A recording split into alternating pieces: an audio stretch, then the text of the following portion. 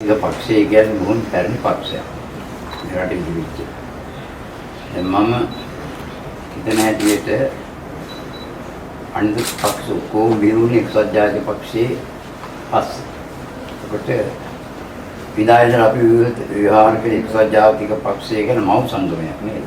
මේ මව් සංගමෙන් තමයි අනිත් ඔක්කොම 56 පොඩි බෙරි වෙවිලා දැන් තියෙන්නේ. කොහොමද එක්සත් ජාතික පක්ෂයේ හිටපු හොඳ නායකයෝ අපි නම් වශයෙන් කියන්න අවශ්‍ය වෙන්නේ තාම හොඳ අවංක නායක තමයි පස්සේ හිටියේ. ඊපස්සේ කාඩේ ඉන්න පොඩි වෙනස්කම් ඇති වුණත් අපේ රනිල් වික්‍රමසිංහ මහත්මයා මේ රටේ පස්වතාවක් මම අග්‍රාමාත්‍යවරයෙකුට පත් වුණා නේද? පස්වතාවක් පත් වුණා. ඒ කාල සීමාව තුළ රටේ නායකයෙකු වශයෙන් ජනතා නායකයෙකු වශයෙන් එතුමාට කළ යුතු කළ හැකි දේවල් සියල්ලක් මම හිතනවා එතුමාගෙන් සිද්ධ වුණා. ඒ කියන්නේ මේ රටේ අංග සම්පූර්ණ මිනිස්සු කොතනකවත් ඉන්නවද කියන එක මේ අඩපාඩුකම් දුර්ලභකම් ඇති වුණා. කෙසේ වෙතත් පසුගිය වකවානුව තුළ මෙතුමා අපි දන්න පසුගිය කාල සීමාව තුළ මේ රටේ ජාතික වශයෙන් සංස්කෘතික වශයෙන් ආගමික වශයෙන් නොයෙක් පිළිකම් ඇති වුණා. එතුමා රටේ නායකයෙකු වශයෙන් එතුමාගේ බලතොරණේ ඉඳගෙන එතුමාට කළ හැකි කරන්න පුළුවන් සියල්ලක්ම රට වෙනුවෙන් සිද්ධ කළා කියන එක මම මේ පක්ෂ දේශපාලනයෙන් තොරව මම මේ කතා කරන්නේ. මොකද හැමදාම අපි ඕන කෙනෙක් අපිට විවේචනය කරන්න අපි දාන කණ්ණාඩිය උඩ තමයි. අපි විවේචනයට පත් කරන්නේ. ඒක අවශ්‍යයි. නමුත් මම හිතනවා මේ රටේ අත්වෙච්ච කිසිම නායකයෙක් විවේචන ලක්ෂණ නායකයෙක් කෙනෙක්වත් මොනවා හරි කරන්න තිබුණා. මේ කෙසේ වෙතත් පසුගිය වකවානුව තුළ එතුමා එක්සත් ජාතික පක්ෂය මම හිතනවා පරාජයට පත් වෙන විනිහිතවක් නිසාම දන්න මට්ටමට පක්ෂයේ වෙන්නේ නැත්නම් ඒ දුර්වලතාවයන් තුලින් කිව්වොත් ඒක අවිවාදයෙන් පිළිගන්න දෙයක්. ඉතින් කෙසේ වෙතත් යට ගියාට එක දාම අතීතයේ ජීවත් කරගමු. මේ රටේ පාර්ලිමේන්තුව තුළ ඉන්න ඕන නායකයෙක් තමයි රනිල් වික්‍රමසිංහ මහත්මයා.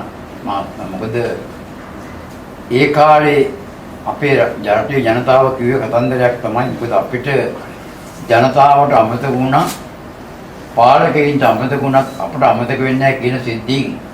ඒ කාලේ මේ රටේ ජනතාවගෙන් ආපු හඬක් තමයි රනිල් වික්‍රමසිංහ මැතිතුමාගේ ඔළුවත් මහින්ද මහත්තයාගේ ශරීරයත් එකට එකතු කළොත් ගොනු කළොත් මේ රටට සාර සේවාවක් කරන්න පුළුවන් කියන හැඟීම මේ රටේ ජනතාවගේ මුඛයෙන් පිටි වෙච්ච දෙයක්.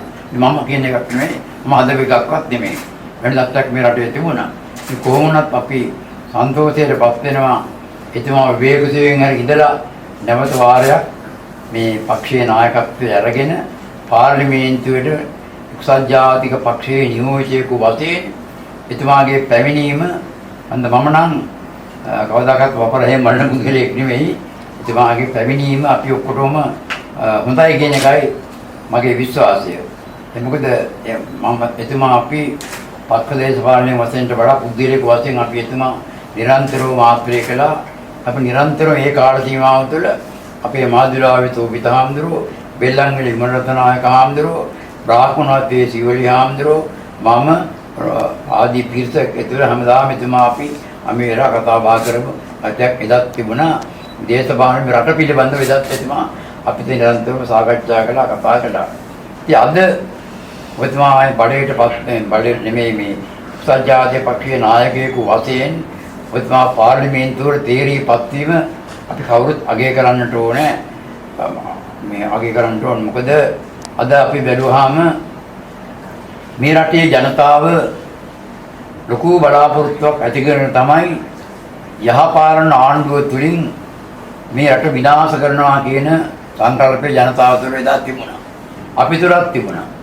අපි නිරන්තරවම එදා කතා කළේ මොකද්ද?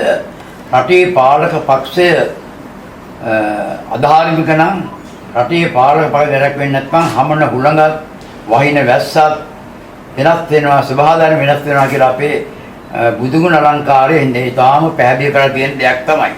ඒ මං හිතනවා අපි ඒවා මතු කර තමයි ජනතාව ළඟට ගිහිල්ලා කරුණු පාදලා කරලා මේ රට ගොඩ ගන්න පුළුවන් හොඳ නායකයෙක් මේ රටේ පත් කරන්න ඕනෑ කියන හැඟීම ජනතාව අපිට දුන්න ජනතාවගෙත් ඉල්ල. ඒ අනුව මම හිතනවා ජනතාව නායකයෙක් පත් කරගත්තත් අද අපිට පේනවා ඒ ජනතාවම තමයි අපටත් අද චෝදනා මුඛයෙන් කතා කරලා ඔබ වහන්සේලා කවුද මේ පත් කරගත්තේ නායකයෝ කියන එක අද රටේ ජනතාවගෙන් වෙච්ච හඬක් මම හිතනවා මම විතරක් සෑම දෙනෙම ආපු හඬක් එන හඬක් තමයි නිරන් දිගටම. ඉතින් අපි ඒ නිසා අපට අවශ්‍යකම තිබෙනවා පක්ෂපාත දේශපාලනයේ පැත්තක ගමන් ඔබතුමාගෙත් මම බොහොම කාරුණිකව ඉල්ලා ඉන්නේ මේ වෙලාවේ ඇටියට අපට පක්ෂයට වඩා අපේ රට උතුම් අපේ ජාතිය වැදගත් අපේ ජාතිය උතුම්.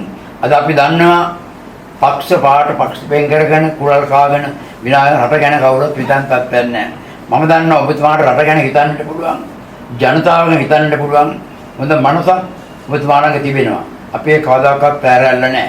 ඒ නිසා ඔබතුමා අද මේ නැවත වාරයක් පාර්ලිමේන්තුවට පත් වෙලා අපි අර ප්‍රාණපකාරී වගේ පාර්ලිමේන්තුවේ ඉන්නේ නැතුව දැන් අපිට පේනවා කැබිනට් මණ්ඩලයක් තියෙනවා ඇත්තටින් කියලා. අඩුපාඩු කොතකුත් තිබෙනවා.